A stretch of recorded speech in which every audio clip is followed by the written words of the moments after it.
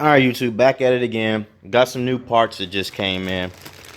So, as you can see here, this is the hose that I need to replace for the power steering. Still in the bag, but that's not the first one I'm going to work on.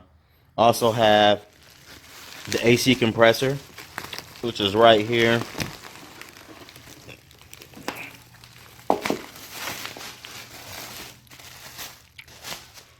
As you can see, full plug, missing plug, full plug. Also have, so I lost a few fuel injector connectors, like retaining clips, and here they are right here. If I can get the bag open, there they are right there. So I only was missing 2 of them, but I brought 3 in case one of them flies somewhere in a car and I lose it as a backup. And also got exhaust manifold / header gaskets, because I need some new ones of those.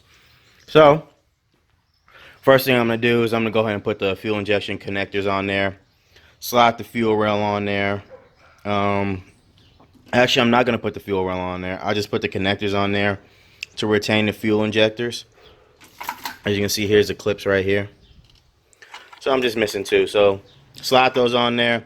Then I'm going to put the AC compressor on there and then work on the headers, then the fuel rails. So here we go. All right, see, we got the new AC compressor on there. Last thing I need to do to make that final is I need to, is this it? Yeah, here it is. So there's a connector. So I got to bring this out of, pull this tab up and disconnect the blue part, because that's the part that got ripped out. Plug it in and that's it. But now I probably got to take the starter off to put the headers on there, because I just remember what I had to do to install them last time. So these are the headers I'm going to put on here. Yeah, they look old and beat up, but they still are functional.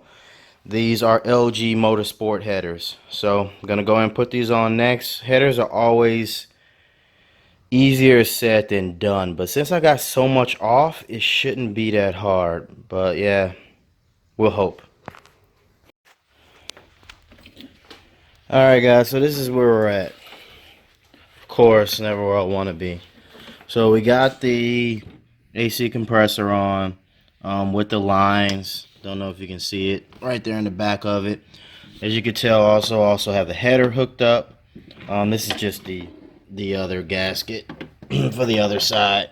Got the header hooked up. I had to take it off slightly before, because the O2 sensor extension kind of got hung up and pinched in between the block and the header. So that's done. I have not put the starter back on because there's some connectors up there that don't match up with the connectors that are on the block. So I'm wondering if I gotta purchase some sensor connectors to make the plugs all work. As of right now, before I put the driver's side header on, I am working on the power steering pump line. And you can see right here I got a power steering pump puller on here.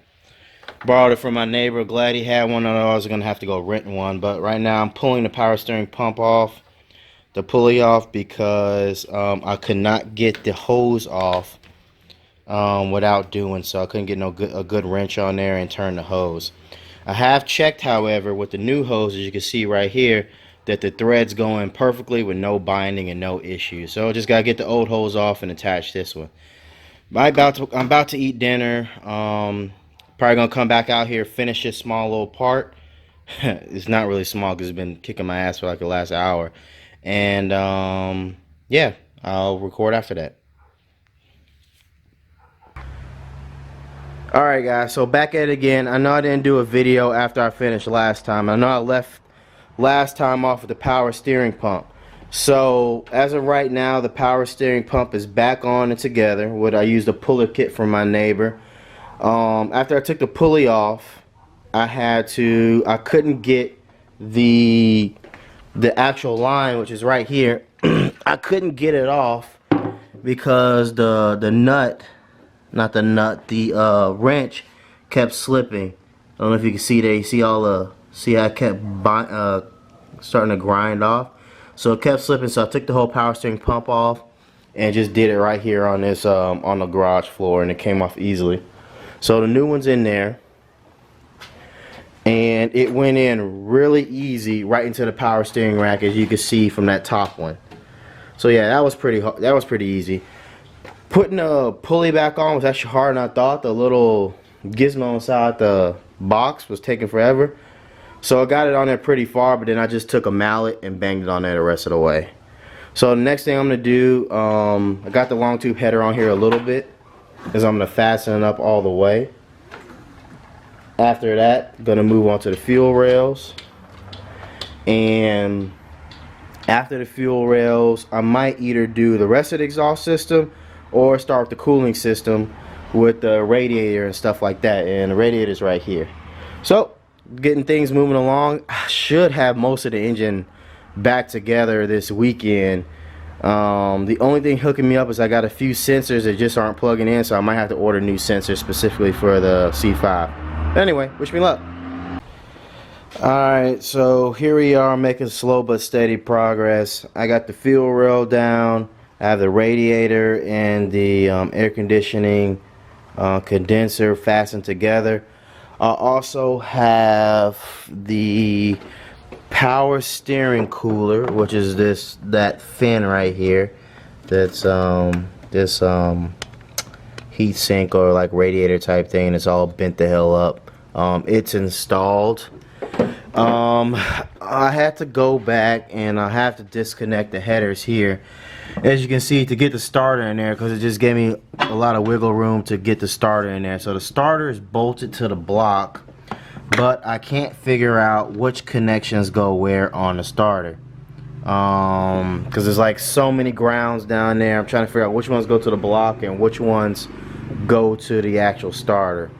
So while I try to figure that portion out, I'm draining the power steering pump reservoir into this bottle so it can be emptied and I can install it on its tube, which is right there. I also have the Liegenfelter, what is it called, like control box all hooked up properly, which is this. And I'm getting close to calling it a day. The last thing I also hooked up was I tightened up the sway bars, which are these right here. This right here. It got I was disconnecting it thinking that was what I had to do to load the cradle, but I tightened those up. So that's where I'm at so far. I also did a bunch of other electrical connections up top. But yeah, slow but steady progress. That's it for this one. I will chime in if there's more I do.